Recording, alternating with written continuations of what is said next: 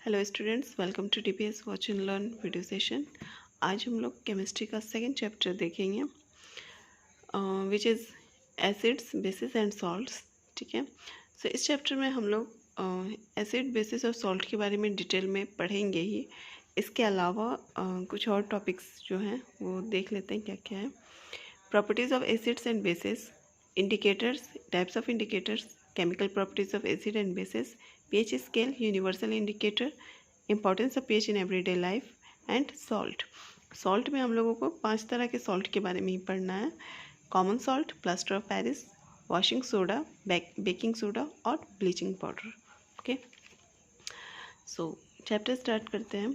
सबसे पहले हम लोग बात करते हैं एसिड्स और बेसिस की कि एसिड और बेस है क्या। तो सपोज़ मेरे पास कोई केमिकल है, ठीक है। अब मुझे पता करना है कि ये जो केमिकल है वो क्या है, कैसा है, इसका नेचर क्या है। ठीक है, तो केमिकल का नेचर, किसी भी केमिकल का नेचर या तो एसिडिक होगा यानी कि वो एसिड नेचर का होगा, या बेसिक होगा यानी कि वो बेस, उसके अंदर बेस की प्रॉपर्टी होगी, या फिर वो न्यूट्रल होगा। ठीक है, न्यूट्रल मतलब ना ही तो वो एसिडिक होगा और ना ही तो वो बेसिक होगा। ठीक है, तो कोई भी केमिकल की, किसी भी केमिकल के अंदर या तो एसिडिक उसका नेचर होता है, या बेसिक नेचर होता है, या फिर वो न्यूट्रल होता है। ठीक है, तो एसिडिक नेचर मतलब उसके अंदर एसिड की प्रॉपर्टी होती है, बेसिक मतलब उसके अंदर बेस की प्रॉपर्टी होती है, या फिर वो न्यूट्रल होगा। तो अब देख लेते हैं कि ये एसिड बेस की प्रॉपर्टी है क्या, जिससे हम लोग पता लगाएं कि वो केमिकल कैसा है। ठीक है, तो अगर कोई केमिकल एसिडिक नेचर का है, अगर कोई केमिकल के अंदर एसिड है तो उसकी प्रॉपर्टी क्या होगी। दीज आर सार इन टेस्ट, वो केमिकल टेस्ट में सार यानी खट्टा होगा। ठीक है, एसिड की प्रॉपर्टी क्या है कि एसिड जो है वो टेस्ट इनका खट्टा होता है, ये खट्टे होते हैं। ठीक है, they turn blue litmus to red, ये ब्लू लिटमस को रेड में बदल देते हैं। यानी लिटमस सॉल्यूशन को, अगर लिटमस सॉल्यूशन का एक ड्रॉप अगर एसिड में डाला जाए तो उसका कलर, अगर वो ब्लू कलर का है तो वो रेड कलर का हो जाता है। लिटमस एक इंडिकेटर है, इसके बारे में हम लोग इंडिकेटर्स में हम लोग इसे डिटेल में डिस्कस करेंगे। फिलहाल याद रखना आप लोगों को कि एसिड की प्रॉपर्टी क्या है, तो ये टेस्ट में खट्टा होता है, ब्लू लिटमस को रेड में बदल देता है। They give H+ ions in aqueous solution, अगर इसे वाटर के साथ मिक्स किया जाए तो ये H+ आयन, हाइड्रोजन आयन देगा। ठीक है, एसिड की प्रॉपर्टी होती है कि जब ये वाटर के साथ मिक्स होता है तो इसमें H+ आयन ये देता है, हाइड्रोजन आयन्स देता है। ठीक है, एसिड कोरोड मेटल्स, मेटल्स के कांटेक्ट में जब भी कोई एसिड आएगा तो वो कोरोड होगा, मतलब वो गलना शुरू हो जाता है। ठीक है, वो डिस्ट्रॉय होना शुरू हो जाता है, यानी एसिड जो है मेटल्स को डिस्ट्रॉय करते हैं। एग्जाम्पल देख लेते हैं, बहुत सारे एसिड्स हैं। हाइड्रोक्लोरिक एसिड है जिसका केमिकल फार्मूला है Cl, sulphuric acid H2SO4, nitric acid HNO3, acetic acid CH3COH, oxalic acid C2H2O4, citric acid C6H8O7, और इसी तरह से बहुत सारे, मालिक acid, tartaric acid, methanoic acid, बहुत से एसिड्स होते हैं। ठीक है ना, एसिड्स जो हैं वो दो तरह के होते हैं, वीक एसिड और स्ट्रॉन्ग एसिड। ठीक है, अब ये स्ट्रॉन्ग एसिड क्या होता है, तो ऐसे एसिड जो एक्वस सॉल्यूशन में ज़्यादा अमाउंट में H+ आयन देते हैं, यानी हाइड्रोजन आयन देते हैं। ठीक है, उस तरह के एसिड्स को हम लोग स्ट्रॉन्ग एसिड कहेंगे। वीक एसिड क्या है, तो ऐसे एसिड जो एक्वस सॉल्यूशन में अगर उसे वाटर के साथ मिक्स किया जाए तो लेस अमाउंट में H+ आयन्स देंगे, यानी हाइड्रोजन आयन देंगे। ठीक है, यानी एसिड अगर सपोज फॉर एग्जांपल मैंने HCl लिया, ठीक है, और उसी अमाउंट का मैंने एसिटिक एसिड लिया CH3COH, ठीक है, मैंने HCl लिया, हाइड्रोक्लोरिक एसिड लिया और एसिटिक एसिड लिया।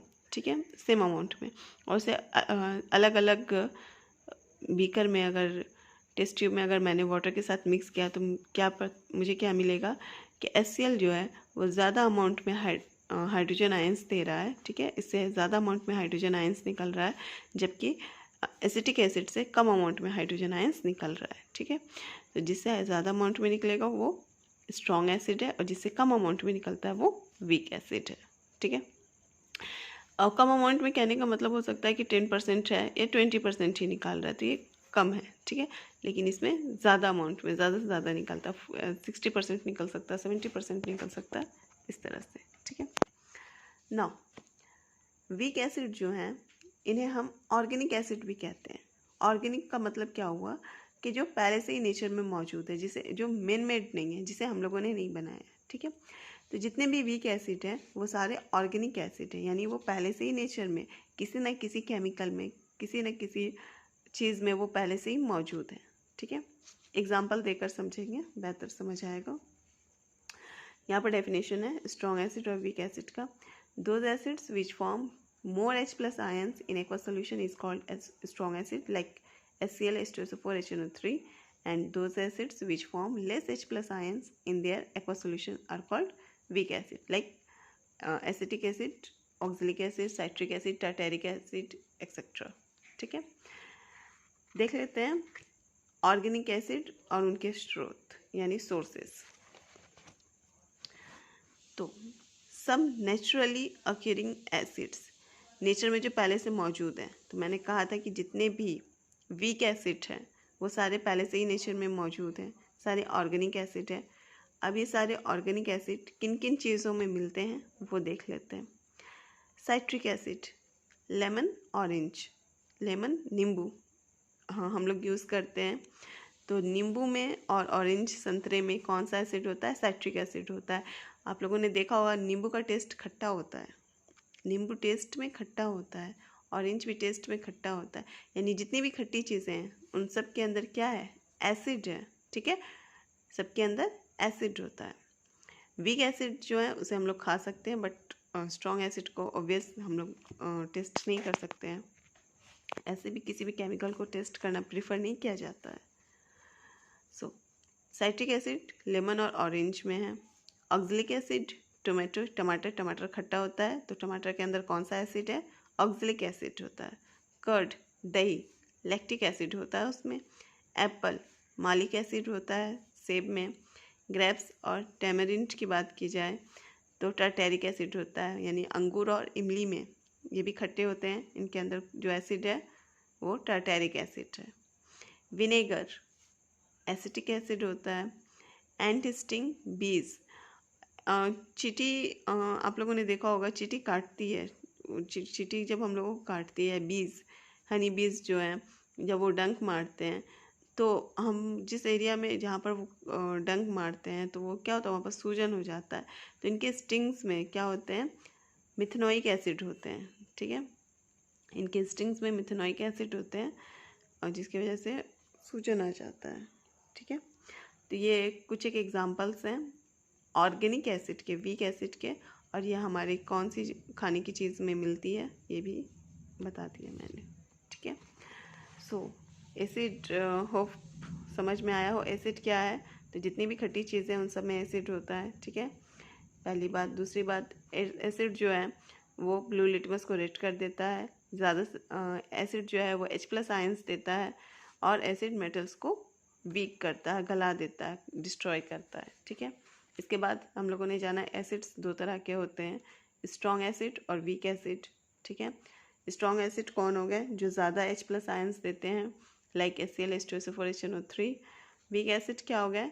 जो एक्वस सॉल्यूशन के साथ, एक्वस सॉल्यूशन में कम हाइड्रोजन आयंस देते हैं, ठीक है। अगर उन्हें पानी में मिक्स किया जाता है तो वो कम अमाउंट में हाइड्रोजन आयंस रिलीज़ करते हैं, उसे हम लोग वीक एसिड कहते हैं। वीक एसिड के एग्जांपल H3COH, C2H2O4 एक्सेट्रा। इसके बाद हम लोगों ने देखा कि हमारी खाने की चीज़ों, जो भी खट्टी चीज़ें हैं जिसे हम लोग खाते हैं, उनमें कौन कौन से एसिड्स होते हैं, ठीक है। Now next is concentrated acid and dilute acid, okay। so concentrated का मतलब होता है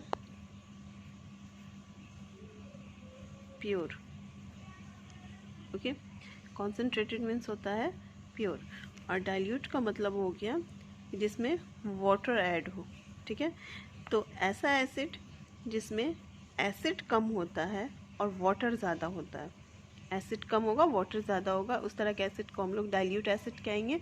और जिसमें वाटर नहीं होगा, प्योर एसिड जो होगा वो हमारा कॉन्सेंट्रेटेड एसिड होगा। ठीक है, concentrated acid contains a large amount of acid in a given volume. मतलब जितना वॉल्यूम दिया हुआ है लिक्विड का, उसमें ज़्यादा अमाउंट में क्या होगा, एसिड होगा, तो वो कॉन्सेंट्रेटेड एसिड है। और जो वॉल्यूम दिया हुआ है हम लोगों को लिक्विड का, उस लिक्विड में अगर ज़्यादा वाटर है और एसिड कम है तो वो हमारा डाइल्यूट एसिड है। ठीक है, कॉन्सेंट्रेटेड एसिड जो होता है वो ज़्यादा डेंजरस होता है, ज़्यादा हार्मफुल होता है, बट जब वो डाइल्यूट हो जाता है तो वो उसका जो उतना ज़्यादा वो फिर वो हार्मफुल नहीं रहता है। ठीक है, इसके अलावा किसी भी एसिड को हम लोग डाइल्यूट कैसे बना सकते हैं, तो अभी हम लोगों ने पढ़ा कि उसमें वाटर ऐड करेंगे तो वो डाइल्यूट हो जाएगा, बट वाटर ऐड करने का भी ये एक प्रोसेस है। ठीक है, प्रोसेस ऑफ डाइल्यूशन जिसे हम लोग कहते हैं। तो किसी भी एसिड को हम लोग डाइल्यूट एसिड कैसे, कॉन्सेंट्रेटेड एसिड को डाइल्यूट एसिड हम लोग कैसे बना सकते हैं। तो सपोज़ मेरे पास यहाँ पर एक बीकर में सपोज़ एसिड है, कॉन्सेंट्रेटेड एसिड है। कॉन्सेंट्रेटेड को हम लोग कॉन्क लिखते हैं, CONC करके डिनोट करते हैं। ठीक है, कॉन्सेंट्रेटेड एसिड है। अगर मुझे इसे डाइल्यूट करना है तो मुझे इसमें वाटर ऐड करना होगा, है ना। तो एक्चुअली होता क्या है कि कभी भी एसिड को डाइल्यूट करने के लिए एसिड के अंदर वाटर मिक्स नहीं किया जाता है। हम लोग एसिड में वाटर मिक्स नहीं कर सकते हैं। हम लोगों को क्या करना होता है, हम लोगों को वाटर में एसिड को मिक्स करना होता है। ठीक है, एक्चुअली होता क्या है कि ये जो डाइल्यूशन का जो प्रोसेस है ना, ये एक एक्सोथर्मिक प्रोसेस है। इसमें बहुत ज़्यादा हीट निकलता है, बहुत ज़्यादा हीट निकलता है।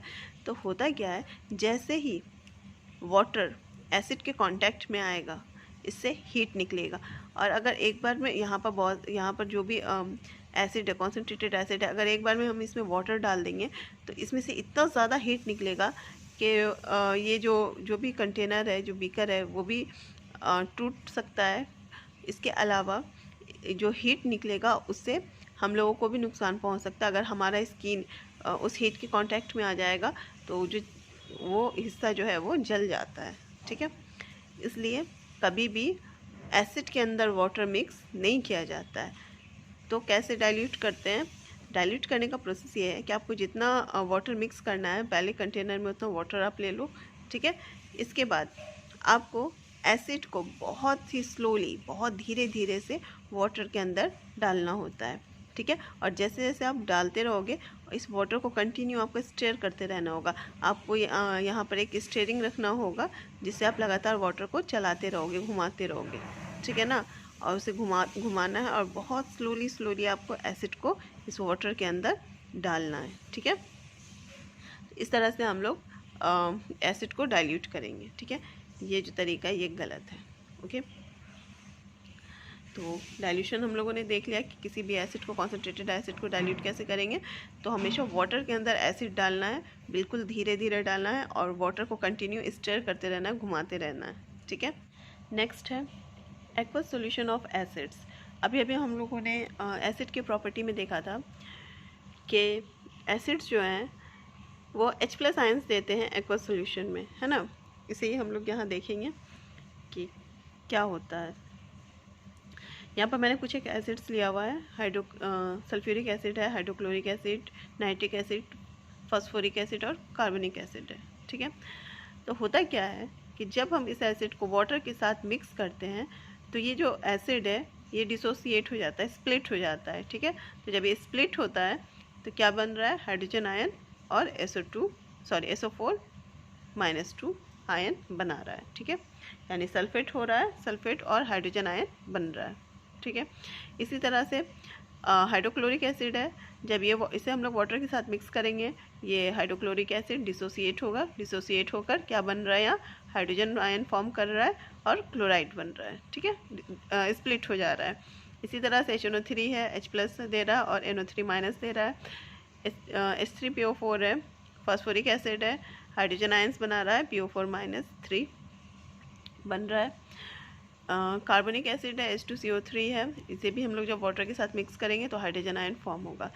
तो यहाँ पर हम लोग देख सकते हैं कि जो भी हम लोगों ने जो भी एसिड लिया है, जब उसे हम लोग वाटर के साथ मिक्स कर रहे हैं तो वो क्या कर रहा है, हाइड्रोजन आयन फॉर्म कर रहा है ना।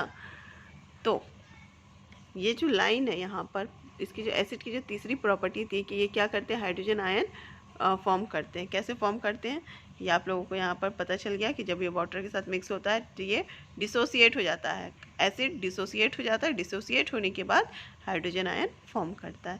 तो इससे हम लोग एसिड का डेफिनेशन बना सकते हैं।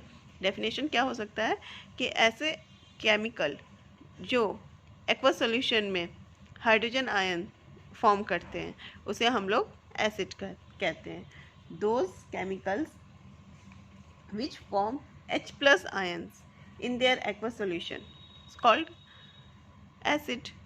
ठीक है। Next one is bases. Property देख लेते हैं। These are bitter in taste, ये टेस्ट में कड़वा होता है। They turn red litmus to blue, ये रेड लाल लिटमस को नीला कर देता है, इसका कलर चेंज कर देता है, कलर चेंज होकर वो नीला हो जाता है। They give OH minus ions in aqueous solution. अगर इसे वाटर के साथ मिक्स किया जाए, किसी बेस को वाटर में मिक्स किया जाए तो क्या होगा, हाइड्रोक्साइड निकलता है ना। OH माइनस आयन देता है ये। सोपी इन टच, और अगर इसे छुआ जाए, किसी भी बेस को आप टच करोगे, छुओगे तो क्या होगा, सोपी होगा। यानी हमारे जितने भी डिटर्जेंट हैं, जो सोप हैं, उन सब के अंदर क्या होता है, बेस होता है। ठीक है ना। जितनी भी चीज़ें जिसे छूने में वो सोपी रहे, सोप की तरह हो। अच्छा, इसके अलावा टेस्ट में बिटर हो, तीखा, कड़वा हो, रेड लिटमस को ब्लू कर दे और वाटर के साथ मिक्स हो तो OH माइनस आयंस दे, तो उसे हम लोग कहेंगे कि वो सब क्या है, बेस है। ठीक है।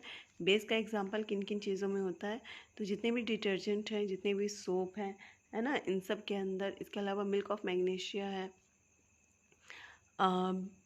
इन सब के अंदर क्या होता है, बेस होता है। ठीक है। बेस से मिलकर ये सब बनाया जाता है। एग्जांपल देख लेते हैं बेस का। Sodium hydroxide NaOH, potassium hydroxide QH, calcium hydroxide. ठीक है। इसके अलावा भी हैं और अमोनियम हाइड्रोक्साइड है, एल्यूमिनियम हाइड्रोक्साइड है। ठीक है। बिल्कुल एसिड के ही तरह बेस भी जो है वो दो तरह के होते हैं, स्ट्रॉन्ग बेस और वीक बेस। ठीक है। स्ट्रॉन्ग बेस क्या हो गया, सेम के ऐसे बेसिस जो एक्वस सॉल्यूशन में अपने जो वाटर के साथ मिक्स करने पर ज़्यादा से ज़्यादा OH माइनस आयंस देगा, उसे हम लोग स्ट्रॉन्ग बेस कहेंगे। ठीक है। Those bases which form more OH minus ions in their aqueous solution are called strong bases. ठीक है। Like NaOH, sodium hydroxide, QH, potassium hydroxide. Okay. Weak base क्या होगा कि जो वाटर के साथ मिक्स करने पर लेस अमाउंट में OH माइनस फॉर्म करता है, उसे हम लोग वीक बेस कहेंगे। ठीक है। एग्जांपल है अमोनियम हाइड्रोक्साइड है, एल्यूमिनियम हाइड्रोक्साइड है, मैग्नीशियम हाइड्रोक्साइड, ये सब क्या है, वीक बेस है। ठीक है। नेक्स्ट आते हैं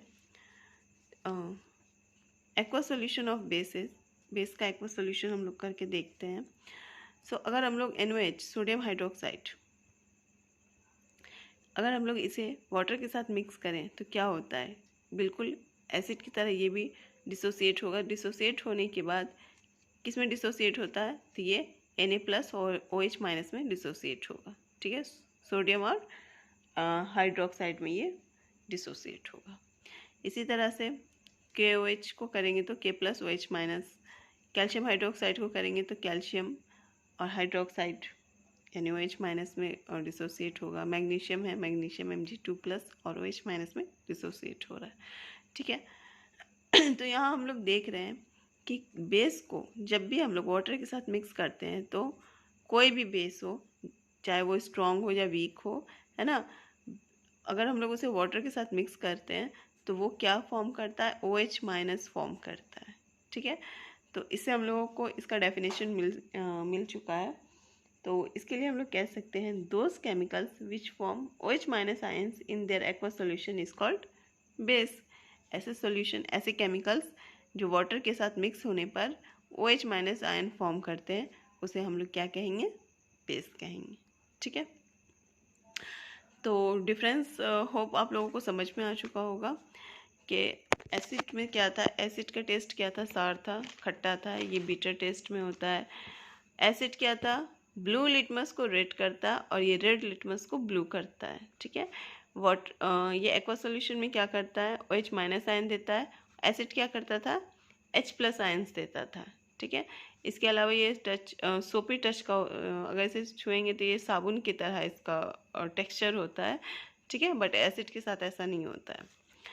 स्ट्रॉन्ग बेस और वीक बेस, ये भी दो तरह के होते हैं। ठीक है, जो ज़्यादा OH माइनस फॉर्म करते हैं वो स्ट्रॉन्ग बेस हो गए, जो कम OH माइनस आयन फॉर्म करेंगे वो वीक बेस हो गए। ठीक है, इसके अलावा यहाँ पर इसका एक्वा सॉल्यूशन हम लोगों ने देख लिया।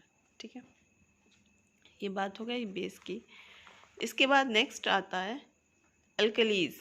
अल्कलीज क्या होता है? तो अल्कलीज जो वर्ड है ना, ये भी बेस ही है। अल्कलीज जो है बेस को ही अल्कलीज भी कहते हैं, बट ऐसे बेस जो वाटर में डिसॉल्व हो जाते हैं, ऐसे बेस, यानी अभी हम लोगों ने बेस के बारे में पढ़ा है ना, बेसिस के बारे में पढ़ा है। तो बहुत सारे बेस हैं, स्ट्रॉन्ग भी है, वीक भी है, इसमें बहुत सारे बेसिस हैं। तो जितने सारे बेसिस जो हैं वो वाटर सोल्यूबल नहीं होते हैं, सारे बेसिस पानी में नहीं घुल पाते हैं।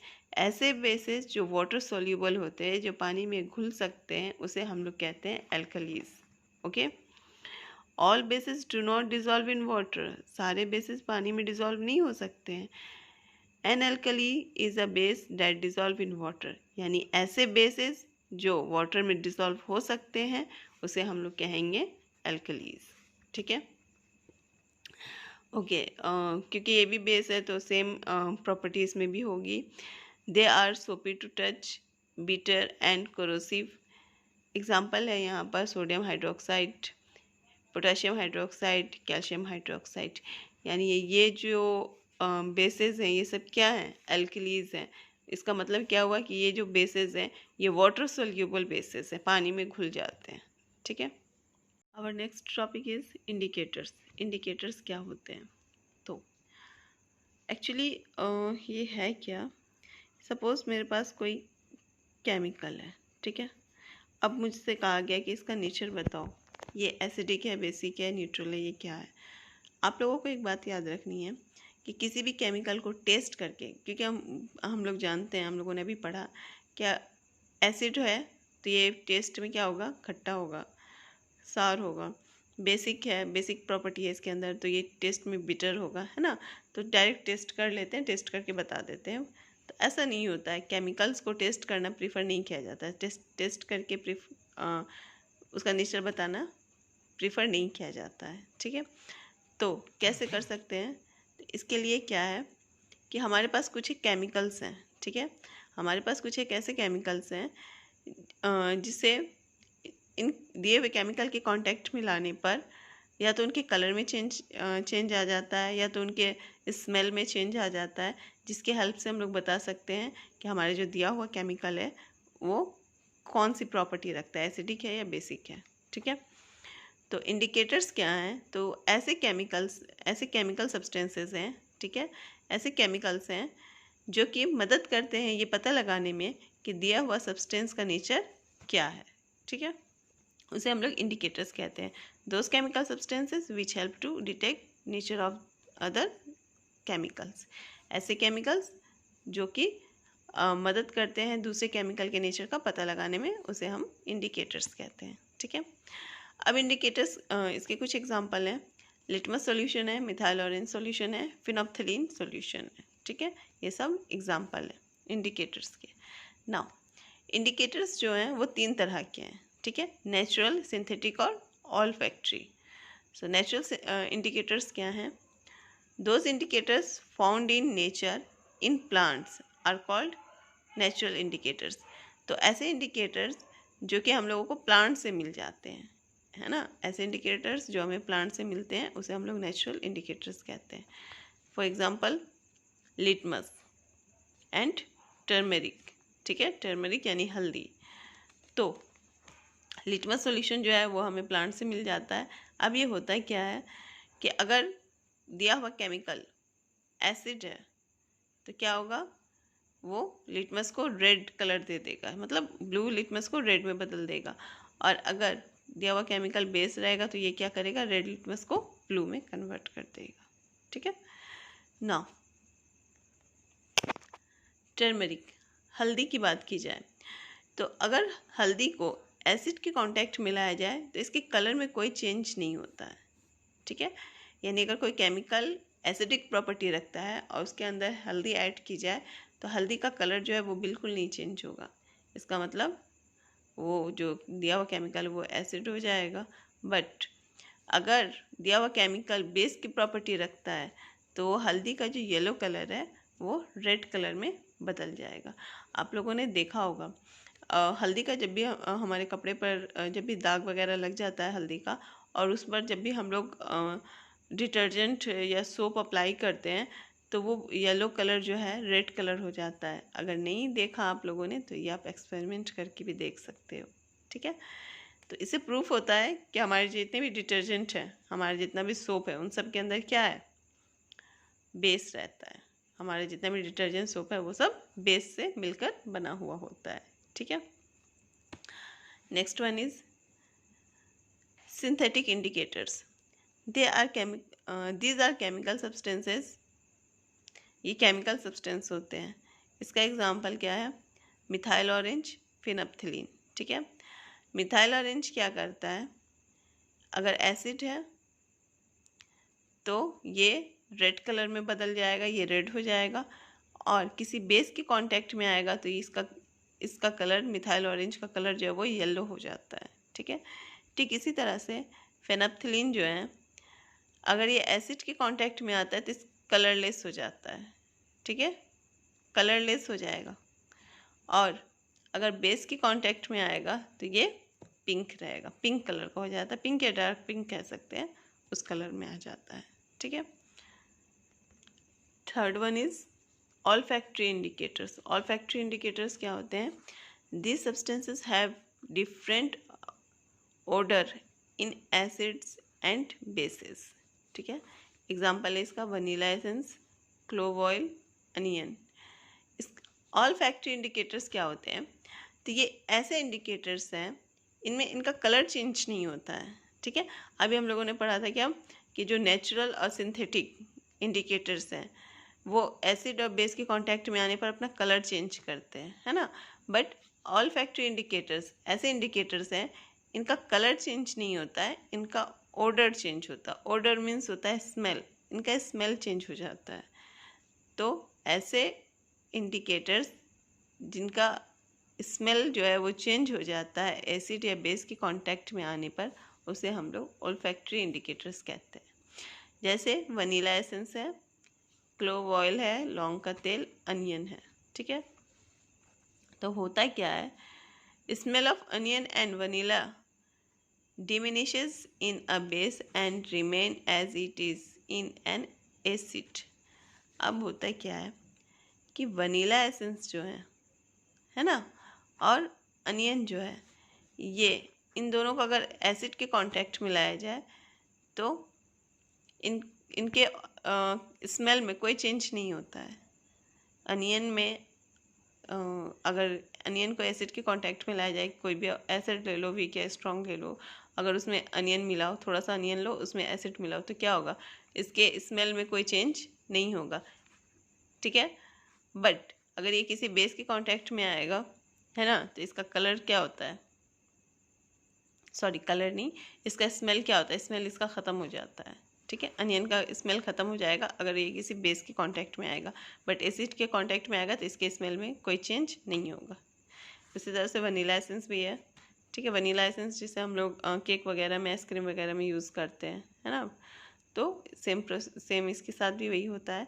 अगर ये किसी एसिड के कांटेक्ट में आता है तो इसकी स्मेल में कोई फ़र्क नहीं पड़ता है, जैसा है वैसे ही रहेगा, बट बेस के कांटेक्ट में आने पर इसका जो स्मेल है वो गायब हो जाता है, ख़त्म हो जाता है। ठीक है, सो यहाँ पर हमारा इंडिकेटर्स कंप्लीट हो गया है। एसिड और बेस के बारे में भी हम लोगों ने पढ़ लिया है। नेक्स्ट वीडियो में हम लोग केमिकल प्रॉपर्टीज़ देखेंगे एसिड और बेस की।